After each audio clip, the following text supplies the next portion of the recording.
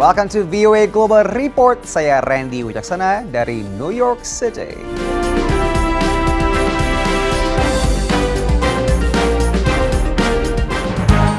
Pemirsa, Presiden Amerika Donald Trump umumkan rencananya untuk menerapkan tarif balasan bagi negara-negara yang dianggap tidak bersahabat dengan Amerika. Bagaimana dampaknya ke Indonesia? Kita simak laporan Virginia Gunawan. Presiden AS Donald Trump umumkan rencana penetapan reciprocal tariff atau tarif timbal balik ke negara-negara yang mengenakan bea masuk bagi produk AS. For purposes of fairness, that I will charge a reciprocal tariff, meaning whatever countries charge the United States of America, we will charge them, no more, no less. In other words, they charge us a tax or tariff, and we charge them the exact same tax or tariff. Very simple.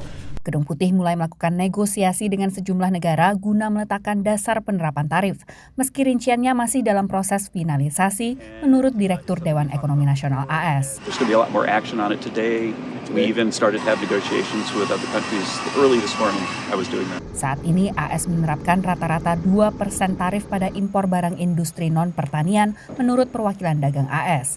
Ekonom melihat tarif timbal balik ini akan berdampak pada penetapan suku bunga acuan AS. The foreign tariffs are not inflationary for the U.S., but they do hurt U.S. exporters. It's going to be very tricky for the Fed to set interest rates in that world because these are shocks we don't normally see. So it'll be tricky for them to figure out what is going to be the effect of the retaliation, the tariffs, and then their retaliation on the U.S. economy. Very uncertain.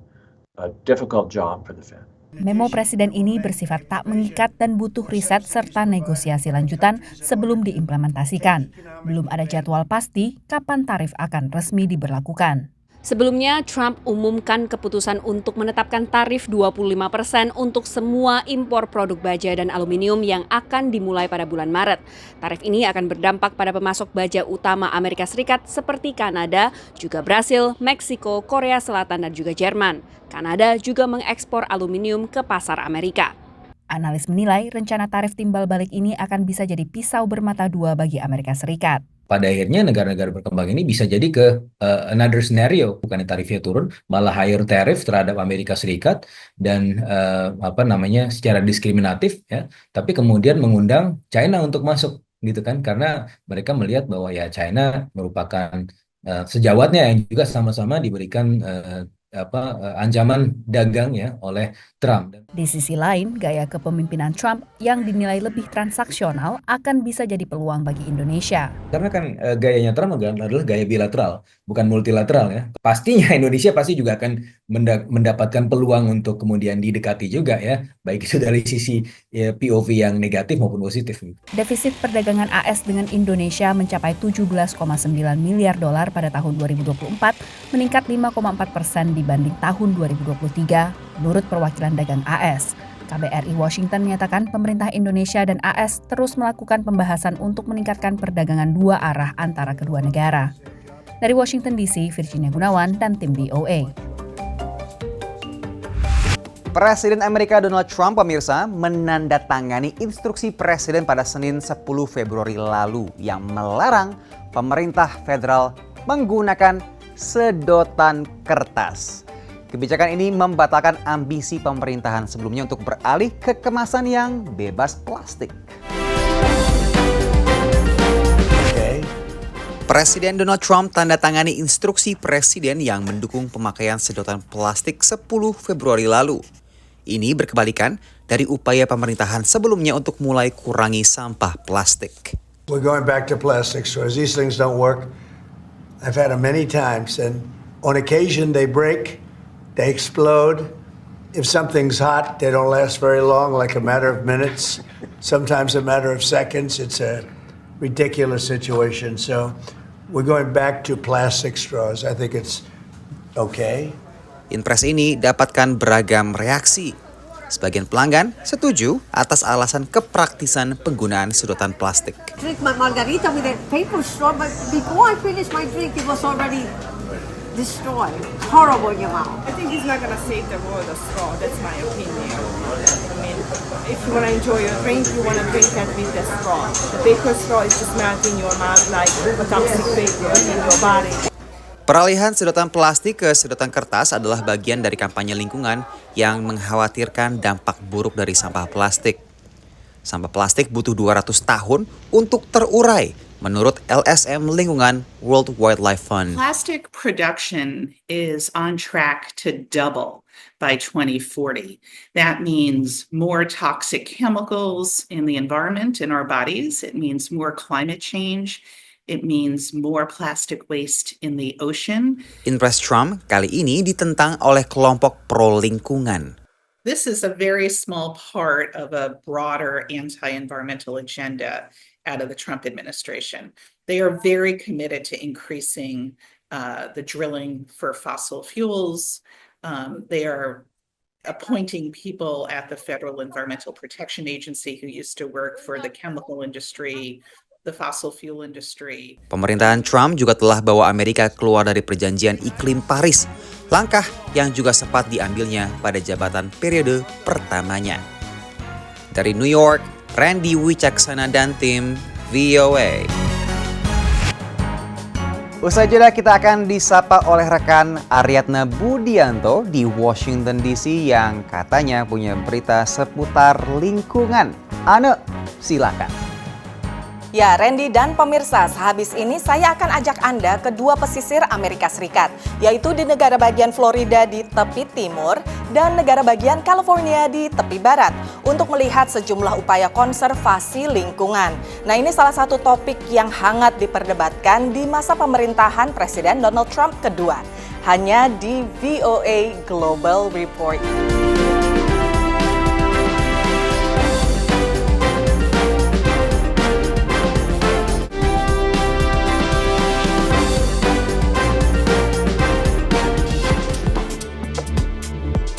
Pemirsa, welcome back di VOA Global Report. Pada segmen ini ditemani saya Aryatna Budianto di Washington DC.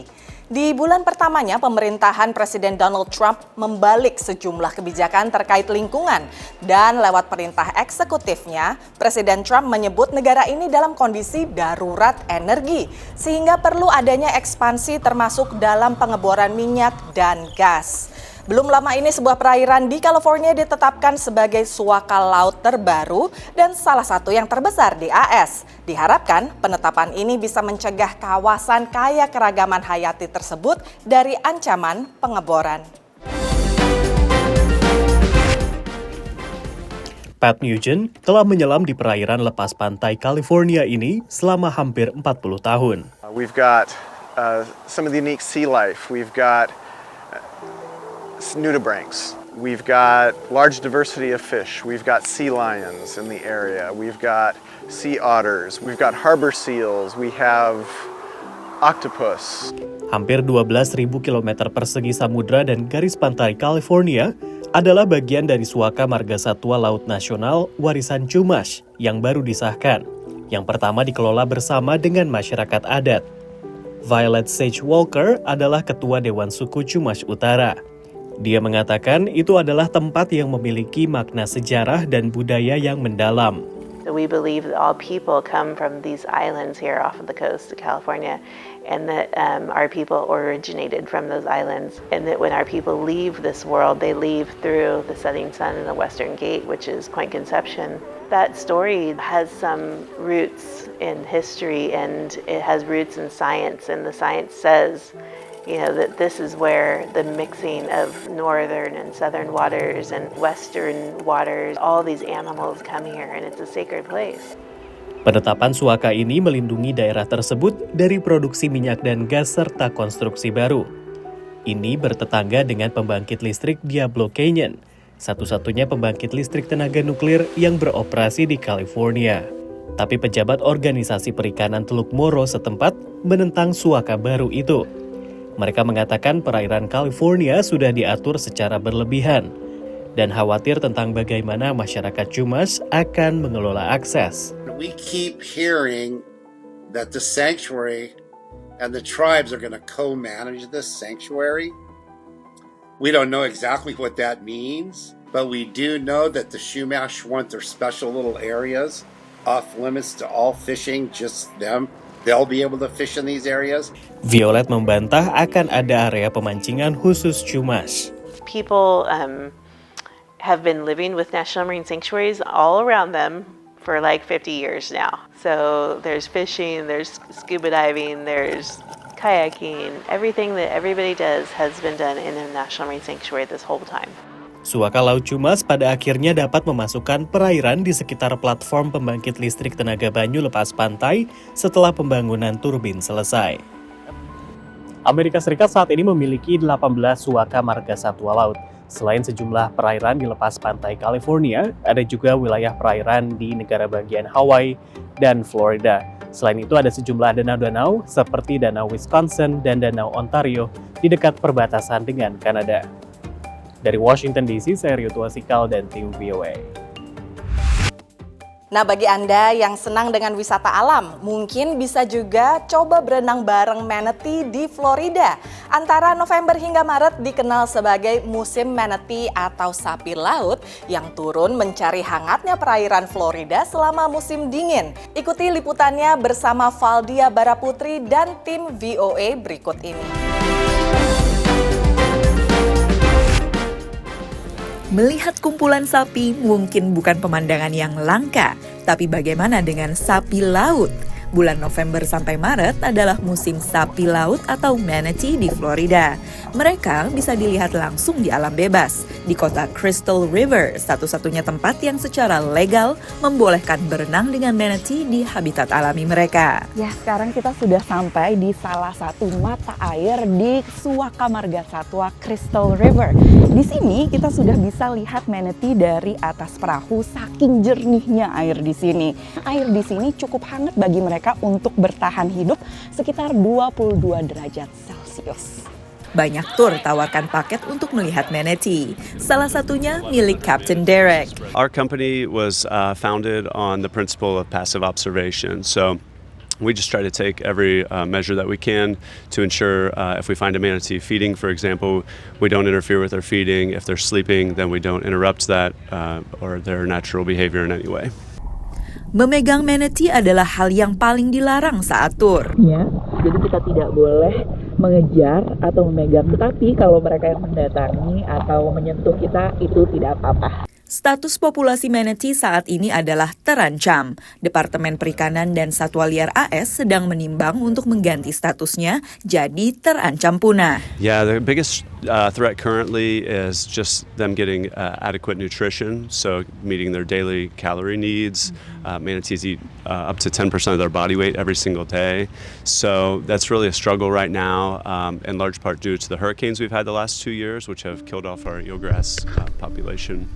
Menurut Badan Antariksa Amerika NASA, pemanasan global membuat badai semakin intens. Belakangan ini saja pada 2024 ada 2 badai hurikan yang turut menyapu Florida, Helen dan Milton. Tanpa makanan utamanya di Crystal River, manatee bisa kelaparan dan mati. Meningkatnya suhu air laut juga bisa bunuh manatee karena mengganggu pola migrasi mereka. The warmer the ocean's getting, the further they go. We're seeing more of them get stuck when the temperatures drop. Jumlah kematian manatee capai rekor pada 2021, tapi ilmuwan setempat masih optimis. I've been doing manatee work for over 30 years and I've seen the population come back tremendously. Manatees are versatile, and as long as there is other food sources that are nearby, they will adapt. But we as the stewards of the environment have to do what we can to try and help protect this environment that they're living in. Actually, I have a children's book that I wrote, and a portion of the sales, it all goes back to the Save the Manatee Club from each book. Tur seperti ini juga dianggap bisa menciptakan pengertian akan satwa liar yang dilindungi. Dari Florida, Valdia Baraputri, Nabila Ganinda, dan Rere Wahyudi bersama tim VOA. Pemirsa, betul nggak sih tinggal di luar negeri itu lebih baik dari di Indonesia? Nah, di segmen berikutnya, Randy di kota New York akan kembali dengan sejumlah liputan diaspora Indonesia di Amerika. Mungkin bisa menjadi pertimbangan terhadap tagar kabur aja dulu yuk, yang jadi lagi tren di tanah air. Jadi jangan kemana-mana, hanya di VOA Global Report.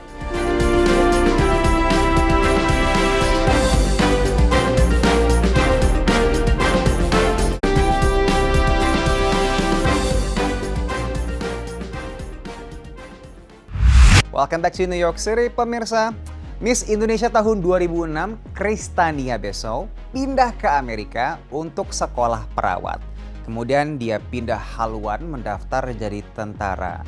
Kini, Kristania merintis usaha klinik perawatan lansia di Baytown, Texas. Kita simak wawancaranya dengan beliau. Perjalanan hidup Kristania Besau memang unik. Saya suka tantangan, udah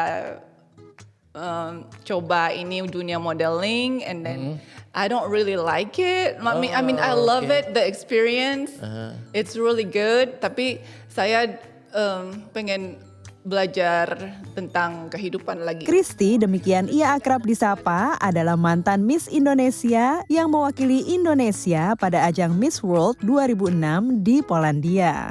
Setahun kemudian, mantan mahasiswi Universitas Samratulangi Manado, jurusan Administrasi Bisnis Internasional ini pindah ke California dan menetap selama 2 tahun. Ia mengambil sekolah menjadi perawat sebelum kemudian pindah ke Kansas selama 5 tahun. And it was really hard for me, susah banget sekolahnya. Sekolahnya pas, tapi licensing untuk RN itu, it's really hard. I failed it.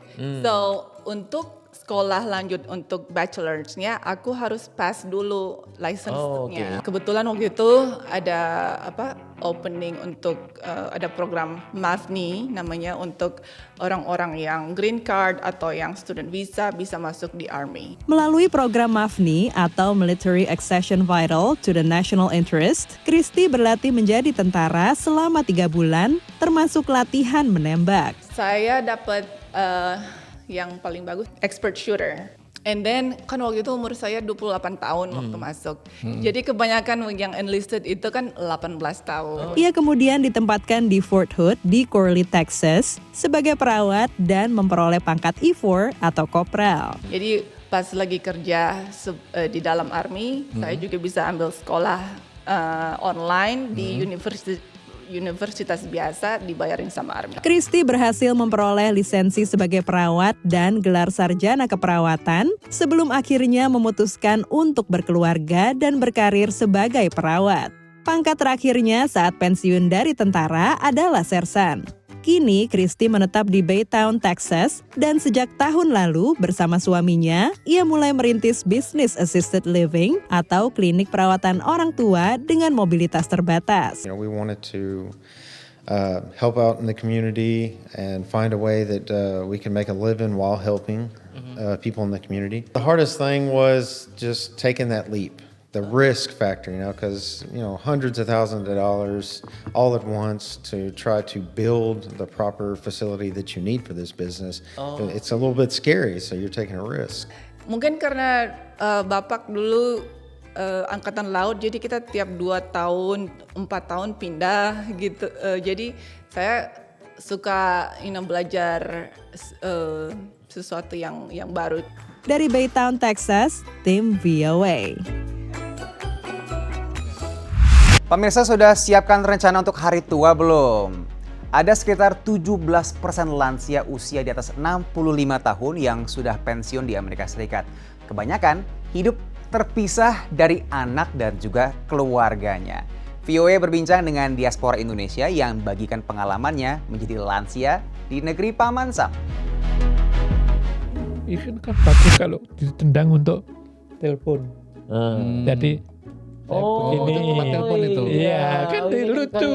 Usianya sudah 81 tahun, tapi Indradi Partowardoyo masih aktif melakukan kegiatan pertukangan di basement rumah anaknya di Silver Spring, Maryland. Jadi dulu tuh saya di Indonesia sampai tetangga saya aja heran. saya bikin kendang sendiri. Jadi saya ngelihat orang terus saya nyoba bikin. Hanya di Indonesia saya tidak mampu memberi alat. Indradi yang lahir di Muntilan dan menetap di Solo, pindah ke Amerika tahun 1971. Ia melamar pekerjaan ke Kedutaan Besar RI di Washington DC dan diterima menjadi staf atase pendidikan dan kebudayaan. Saya tuh sebetulnya pergi ke Amerika melamar pekerjaan. Jadi saya dengar kabar Kedutaan Besar di Washington DC sama konsulat New York sama konsul di Los Angeles baru mencari pegawai. Indradi bekerja di KBRI hingga 1998 setelah terkena dampak pengurangan pegawai karena krisis moneter. Ia sempat bekerja di toko olahraga, menjadi supir bis maskapai penerbangan di bandara, bahkan loper koran. Jangan gengsi. Hidup di sini kalau mau pengen yang hebat, kerja di kantor yang itu nggak hidup. Setelah pensiun, Indradi menekuni hobi masa kecil, membuat berbagai barang dari kayu dengan peralatan yang dibeli secara mencicil saat masih bekerja. Ia merintis Parto Wood dan membuat berbagai karya termasuk mimbar dan penyekat di Masjid Imam milik komunitas Indonesia. Karena saya nggak bisa nganggur, jadi diem saja itu nggak bisa saya. Walau memiliki penghasilan dari hobinya dan tunjangan pensiun dari pemerintah, Indradi merasa beruntung karena dapat tinggal di rumah salah satu putrinya. Di Amerika, warga usia 65 tahun ke atas yang sudah pensiun jumlahnya mencapai 17%. Menurut Indradi, para lansia yang tak punya aktivitas dan tak ada keluarga yang merawat akan menjadi semakin tua. Kalau bikin sesuatu saya mesti terbentur dengan persoalan. Di situ kan berpikir saya, pikiran kita kan terus digunakan kan. Hanya 15 hingga 20% lansia di Amerika tinggal bersama anaknya, walaupun jumlah ini semakin bertambah. Beberapa hal seperti finansial, kebutuhan perawatan saat menua, dan masalah kesehatan menjadi alasannya. Dari Silver Spring, Maryland, tim VOA. Demikian perjumpaan kita di Global Report pekan ini. Saya Randy Wucaksana mewakili teman-teman yang bertugas pamit undur diri. Sehat selalu dan sampai jumpa.